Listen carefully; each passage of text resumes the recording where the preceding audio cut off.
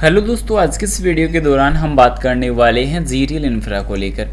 फिलहाल GTL infra में अगर बात करी जाए तो यहाँ पे आप चेकआउट कर सकते हैं कि आज के सेशन में फिर से करेक्शन आपको नज़र आने वाला है, जो काफ़ी बड़ा करेक्शन कह सकते हैं। अब बड़ा इस वजह से रहेगा क्योंकि दोस्तों 1% इनकी एक ही पैसे का भी अगर उलट फेर अगर होता है, उतार चढ़ाव होता है इस प्रकार की कंपनियों में, तो वो काफ़ी बड़ा माना जाएगा। और यही दिक्कत अभी चल रही है इस कंपनी के अंदर, क्योंकि पिछले 5 सेशन के दौरान 3.28% का करेक्शन हो चुका है और लास्ट एक महीने में 15 से 16% जो भाग चुका था। वहाँ पर अब जो है गेम बनता हुआ निवेशकों के साथ काफ़ी ज़्यादा नज़र आ रहा है और इसी के चलते अब लगातार निवेशकों को इस चीज़ में जूझना पड़ रहा है। तो ये चीज़ें काफ़ी इंपॉर्टेंट है। इसके अलावा अब कंपनी की तरफ से एक ऑफिशियल अपडेट आज की चेकआउट कर सकते हैं 7 जुलाई 2025 की। तो इसमें अब देखने को ये मिला है कि कंपनी ने अपने जो डॉक्यूमेंट्स है रजिस्ट्रार जो big share service private limited है उसको सेंड कर दिया है इस Q1 रिजल्ट्स के लिए। कंपनी का जो भी डेटा है ऑनलाइन ऑफलाइन जो भी रिकॉर्ड के तहत उसे जल्द ही कैलकुलेट किया जाएगा और उसके बाद कंपनी के रिजल्ट्स की जो डेट है वो अपडेट की जाएगी। अब इसमें अलावा जो देखने को मिला है डीमेटेरियलाइजेशन को, तो यहाँ पे डीमेटेरियलाइजेशन में भी यहाँ पे जो है अपडेट आ चुकी है। अब इसमें होता क्या है वो चीज़ें आप समझिए। तो अब शेयरों का डीमेटेरियलाइजेशन में या डीमेट भौतिक शेयर प्रमाण पत्रों को इलेक्ट्रॉनिक प्रारूप में परिवर्तित करने की जो प्रक्रिया होती है, इसका अर्थ यह है कि निवेशक के भौतिक शेयर प्रमाण पत्रों को इलेक्ट्रॉनिक रूप में समतुल्य संख्या में प्रतिभूतियों में परिवर्तित कर दिया जाता है और डीमेट खाते में जमा कर दिया जाता है। यह प्रक्रिया व्यापार स्थानांतरण और रिकॉर्ड रखने को सरल बनाती है, साथ ही कागजी कार्रवाई संबंधित लागत और भौतिक प्रमाण पत्रों को संभालने की जोखिम को भी कम कर देती है। तो ये डीमेटेरियलाइजेशन का सिस्टम होता है। इसका आप यहाँ पे वीडियो पोज करके इन सब डिटेल को आप यहाँ पे चेकआउट ज़रूर से कर सकते हैं। इसके अलावा यहाँ पे कुछ जो चीज़ें थी वो इम्पोर्टेंट, ये इस डीमेटेरियलाइजेशन से इम्पोर्टेंट संबंधित रहने वाली है। अब यहाँ पे महत्वपूर्ण चीज़ क्या देखने को मिली, वॉल्यूम।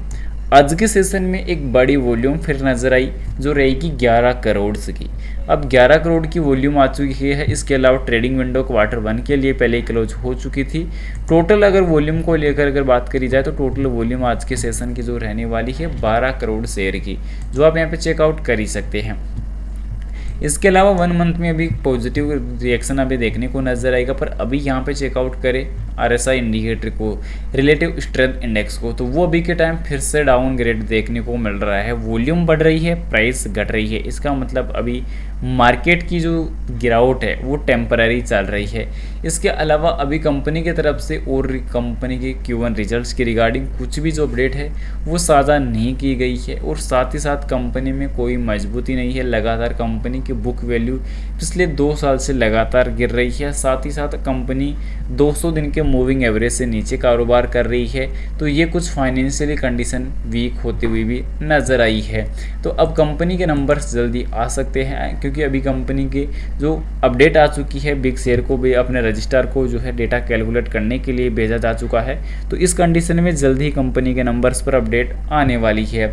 वहीं अगर बात करें कंपनी के बेसिक डिटेल्स को लेकर, जिसमें आज यहाँ पे देखा जाए तो जो यहाँ पे मार्केट ओपनिंग के वक्त यहाँ पे काफ़ी अच्छी जंप देखने को मिली, एक अच्छी वॉल्यूम बढ़ती हुई नजर आई, पर उसके बाद कंटिन्यूसली प्रॉफिट बुकिंग के सिवा कुछ देखने को मिला ही नहीं। तो ये भी इम्पोर्टेंट देखने को मिला है। और यहाँ पे अगर हम कंपनी के कुछ और चीज़ों को अगर कवर करेंगे तो यहाँ पे आपको देखने को मिलेगा एनुअली तौर पर बड़ा घपला ये देखने को मिल रहा है कि कंपनी की सेल कंटिन्यूसली डाउन होती हुई नज़र आ रही है और कंपनी की सेल भी गिर रही है। कंपनी के खर्च आउट ऑफ कंट्रोल नज़र आ रहे हैं।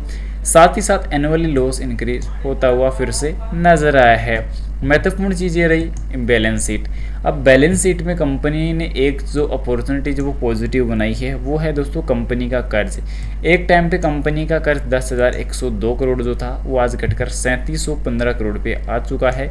साल दर साल अगर बात की जाए तो कंपनी लगातार तेज़ी से अपने कर्ज को कम करने में सक्षम होती हुई नज़र आ रही है, पर अपने बिजनेस को नए सिरे से बिल्कुल भी स्टार्ट नहीं कर रही।